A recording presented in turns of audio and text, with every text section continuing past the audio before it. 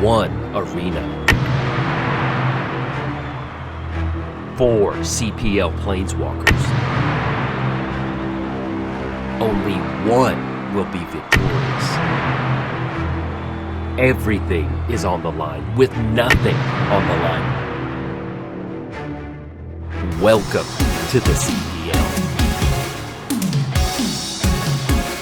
Welcome to the CPL. We have some wonderful paper gameplay Commander for you today. I can't wait to showcase it. I wish I was up here in the luxury suite with you, but I am down below getting warmed up for today's game. In fact, let's go and take a quick look at the players playing today's CPL match. Martin is playing Jorn, God of Winter. 2 mana and a green mana. Whenever Jorn attacks, untap each snow permanent that you control. On the backside of Jorn, we have Cauldron, the Rhyme Staff. Tap down, you may play target snow permanent card from your graveyard this turn. If you do, it enters the battlefield tapped. Martin keeps a wonderful hand for Jorn. We have Snow-Covered Swamp, Snow-Covered Island, Snow-Covered Forest, and Ice Tunnel.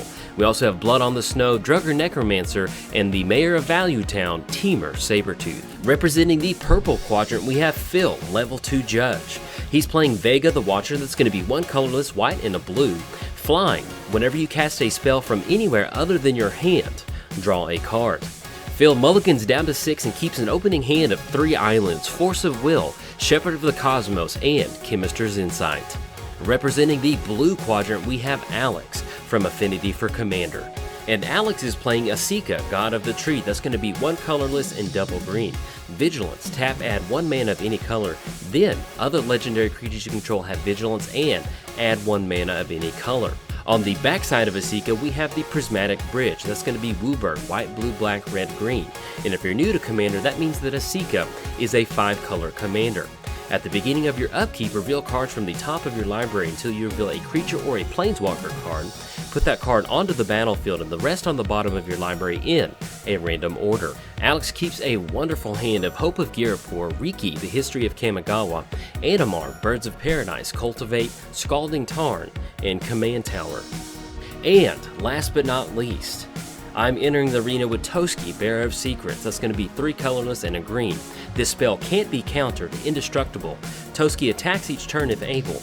Then, whenever a creature you control deals combat damage to a player, draw a card.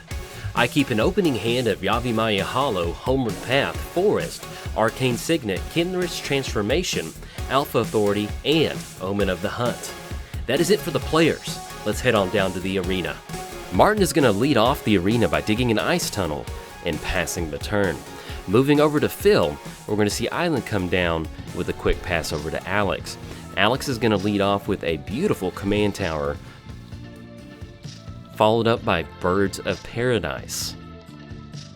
Moving over to my turn, we're going to set the tone for the game, and that is going to be a basic forest. We're going to see a snow-covered forest come down from Martin, and a pass of the turn to Phil.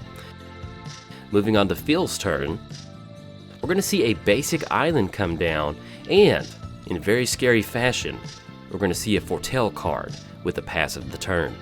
Alex untaps, we have Birds of Paradise active and Command Tower. Let's go and lead off with a Scalding Tarn, followed up by a Breeding Pool Shock, followed up by a Cultivate with a Swamp going into play and a Plains going to the hand. Feeling like I need to keep up with the ramp on Alex's side of the battlefield, it's time to go Homeward Path, followed up by an Arcane Signet. On to turn 3, we're going to see a snow-covered island come down from Martin, followed up by the God of Winter himself, Jorn, ready to get those untapped triggers. With Phil's turn, we're going to see a Hollowed Fountain come into play Shocked, and it is going to be Vega time. I will say this, Phil made the Sega Vega jokes. I need to give Phil full credit for that.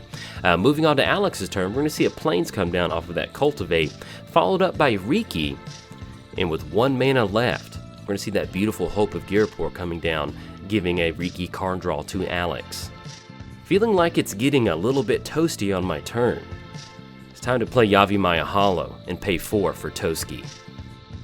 Martin is going to lead off with a snow-covered swamp, then go for a rolling regrowth, sacrificing his snow-covered island. The search targets for rolling regrowth are going to be a snow-covered island and a snow-covered forest, both coming into play tapped. Moving to combat, we're going to see Jorn swinging at Phil, giving Martin an untap trigger, and why not? Because Jorn has a lot of walking to do and a lot of snow. Let's get those snow boots on the battlefield. That's going to be a Lightning Greaves cast with a Lightning Greaves equip onto Jorn. On to Phil's turn, we're going to see an island come down, and in true blue-white control fashion, we're going to see a pass of the turn. On Alex's turn, we're going to see Exotic Orchard come down from the land drop, followed up by an Esika, God of the Tree, getting a card draw from Riki. And as if that was not enough, we're going to see Kennen Prodigy come down, getting a card draw from Riki. Now, Alex's creatures tap down for 2. With that ability active, let's tap down 2. Let's go for Kodama's Reach, and that's going to be an island to the hand and a mountain to the battlefield. That's going to be Nykthos entering the battlefield, followed up by an Agrothian Enchantress, hopefully getting that card draw going. With a great fear of how much card draw Alex is going to be able to symbol on his side of the battlefield, it's time to go for Kennen's Transformation on Riki, turning him into a 3/3 elk. And since Toski has to attack and I really want to establish a 21 turn commander damage clock, I swing in at Martin, but Martin respects the 21 turn clock and blocks with Jorn. Martin gets turn 5 started with a snow-covered swamp, followed up by a Druger Necromancer in his first main phase. Moving on to the combat step, we're going to see Jorn attacking Joel, trying to get revenge for that Toski attack, and at the same time, giving Martin an untapped trigger. Moving on to the second main phase, we're going to see Dead of Winter cast, and Phil is going to respond with a Chemister's Insight. With Dead of Winter resolving, that's going to send all of the creatures to the Ice Prison, and we're going to see Martin cast Riki, History of Kamigawa. Moving on to Phil's turn, we're going to see another island come into play untapped, and we're going to see another Foretell card, with a pass from Phil. Alex gets his turn started off with a Woodland Cemetery, followed by a Joyra, Weatherlight Captain. Casting in an active Joyra, we're going to see Animar getting himself a beautiful card draw from Joyra. I missed the land drop for the turn, but wanting to get some card draw established, we go for Enchantress Presence.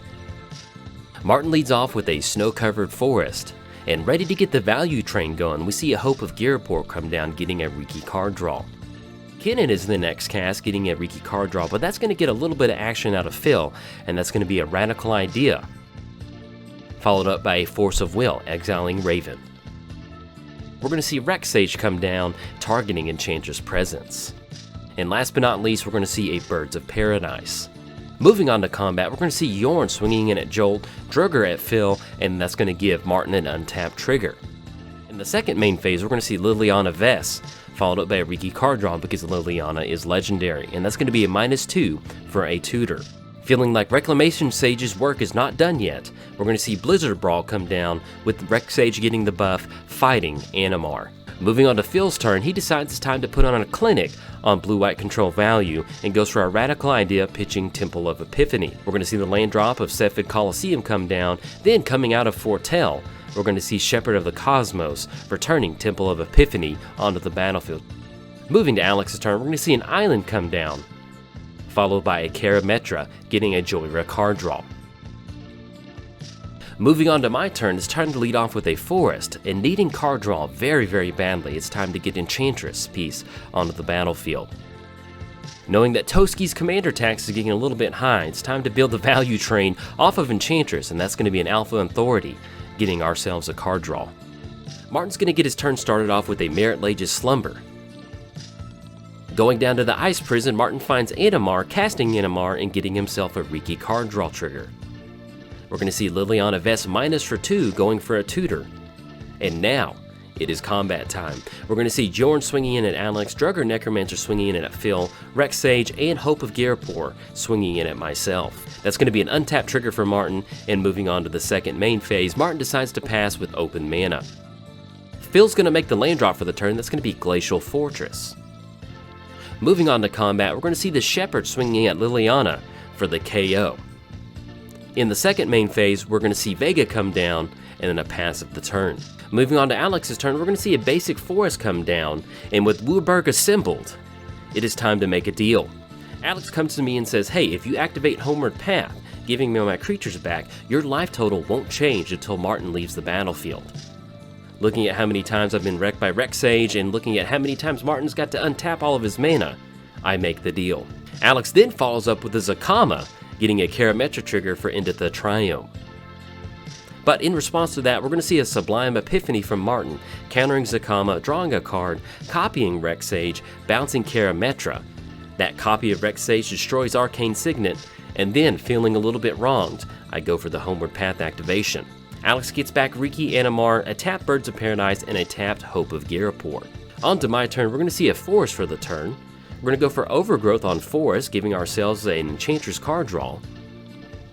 Omen of the Hunt comes down, giving ourselves another card draw and grabbing a forest out of our library. Still trying to keep the value train going, we go for a Wolf Willow Haven, giving ourselves another card draw, and it's time to pass. Moving on to Martin's turn, we're going to have an upkeep trigger for Merit Lage, and with Merit Lage realizing how thin that ice is, it's time for them to enter the battlefield. We're going to see a Sad Robot cast grabbing an island, and without moving the Lightning Greaves onto Merit Lage, we're going to go to combat. We have 2 Rex Sages swinging in at Jolt, Drugger Necromancer at Phil, Jorn at Alex. And that is going to be a Jorn untapped trigger. Into the second main phase, we're going to see Blood on the Snow, destroying our creatures and returning Liliana to the battlefield.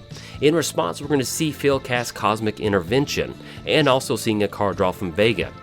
And in response to that, we're going to see Purify the Grave, targeting Liliana for Martin. Everything gets exiled with Drugger Necromancer. And since all of the creatures went to the Ice Prison realm, Martin can still cast them. With Sad Robot coming out of the Ice Prison, we're going to see a Swamp enter the battlefield, and then we're going to see Lightning Greaves onto Merit Lage. Cosmic Intervention brings Vega and Cosmos back. Phil goes for an Arcane Signet, Irrigated Farmland tapped, and a pass of the turn.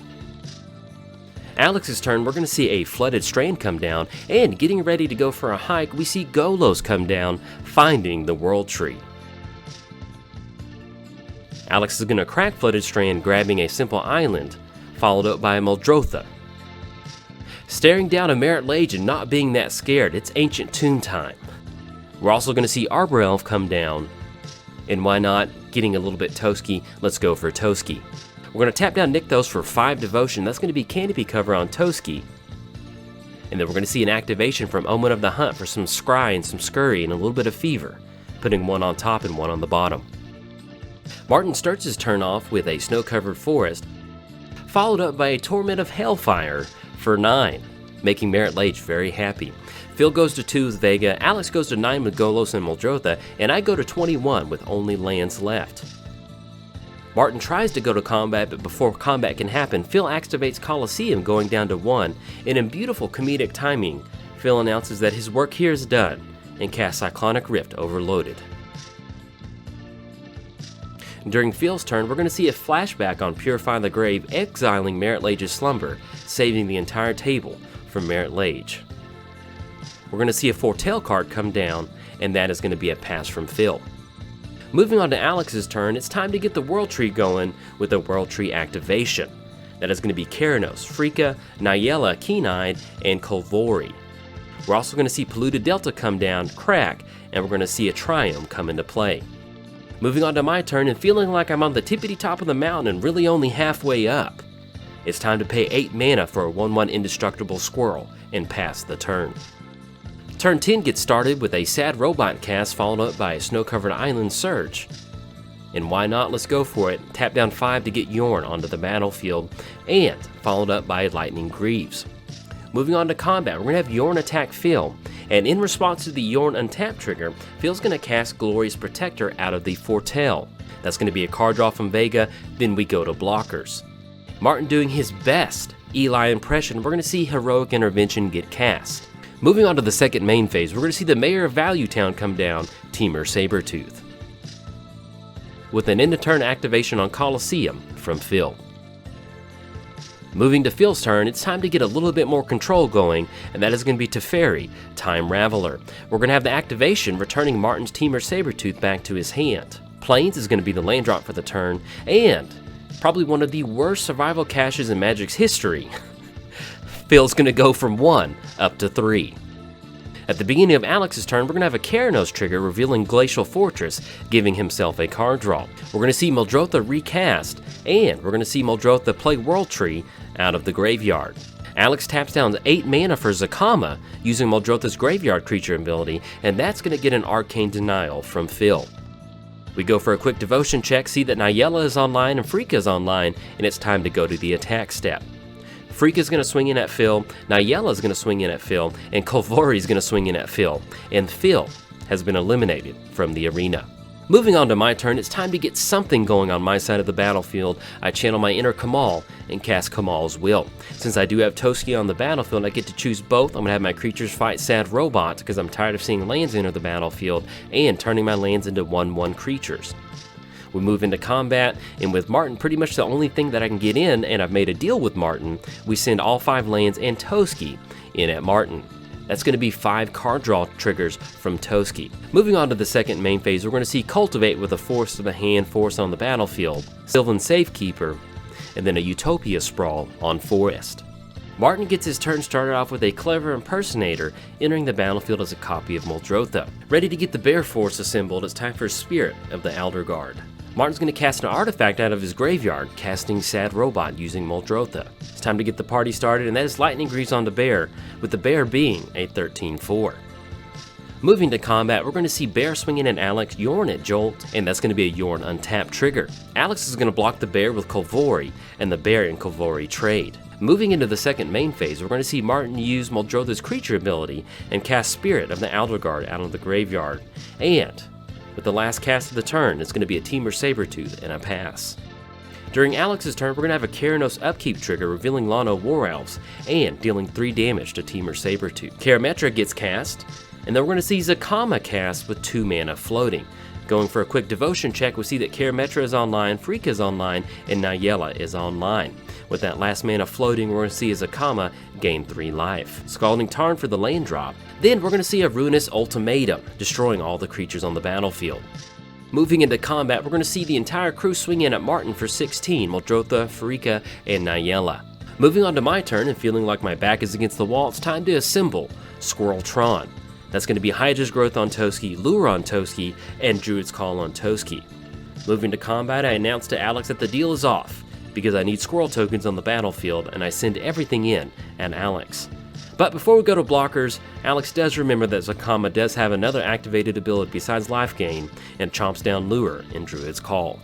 Moving over to Martin's turn, we're going to see Riki come out of the Ice Prison with the Necromancer, followed up by Joyra coming out of the Ice Prison too, getting some card draw. We're going to see Animar hop out of the prison, getting a card draw to Joyra and Riki, and why not, last but not least, Hope of Girapur, getting a card draw from Joyra and Riki. Birds of Paradise joins the party, followed up by an Ice Fang Kodal. Moving to Alex's turn, we get the Keranos trigger for the turn, and that is Eternal Witness, with 3 damage being dealt to Ice Fang. We see Eternal Witness cast, targeting Ruinous Ultimatum. Even though I did attack Alex, he keeps this deal made from earlier and swings in at Martin, eliminating Martin from the arena. Go to my turn, and I just hit a Worn Power Stone, and knowing when I'm defeated, I scoop it up. But yes, what a wonderful game. Let's take a quick look at Martin with Jorn. As you can tell, with Jorn, getting that extra untapped step in your second main phase is absolutely wonderful and leaves you to be able to do a ton of stuff. You can get a lot of card draw going. Just having 2 free main phases, basically, there's a lot of value that you can assemble. So you can definitely see how good Jorn is, and especially if you get Lightning Greaves on Jorn and you don't have any sort of way to interact with Jorn, it just gets out of hand very quickly. Moving on to Phil and Vega, just like when you're a control player at a table with really no other control players, you kind of have to do the police work for the table, and it was just really hard for Phil to build up any sort of extra incremental value as the course of the game goes. You know, tapping out Sever for Cyclonic Rift, exiling stuff out of the graveyard. Typically, if you're the only control player at the table, you're going to have your backside a little exposed, and Alex was able to take advantage of that. Moving on to Alex and Esika, you can see how good it is just building a good stuff deck. You know, you incorporate some of that legendary card draw. We got to see a World Tree activation, and even if you don't have your deck set up to just go off as soon as you go for a World Tree activation, just getting some sort of value board state with that is definitely going to allow you to get back into the game and start attacking people's life total. In fact, that activation is what allowed them to win the game. Now, as far as my deck and Toski, unfortunately, we did get out 2 or 3 pieces of card draw Enchantress, and if you can get one of those out there and you can get them to stick, you can definitely go to Value Town. But if people have answers for those Enchantress card draw pieces, it's going to be really hard to get anything going from there. But anyway, hopefully you enjoyed the game, and this is the first time that I've done a edited Commander gameplay video like this. I'm definitely going to be doing more in the future, and because I really do enjoy doing it. But anyways, if you enjoyed the video, hey, like and subscribe. Thanks. Bye.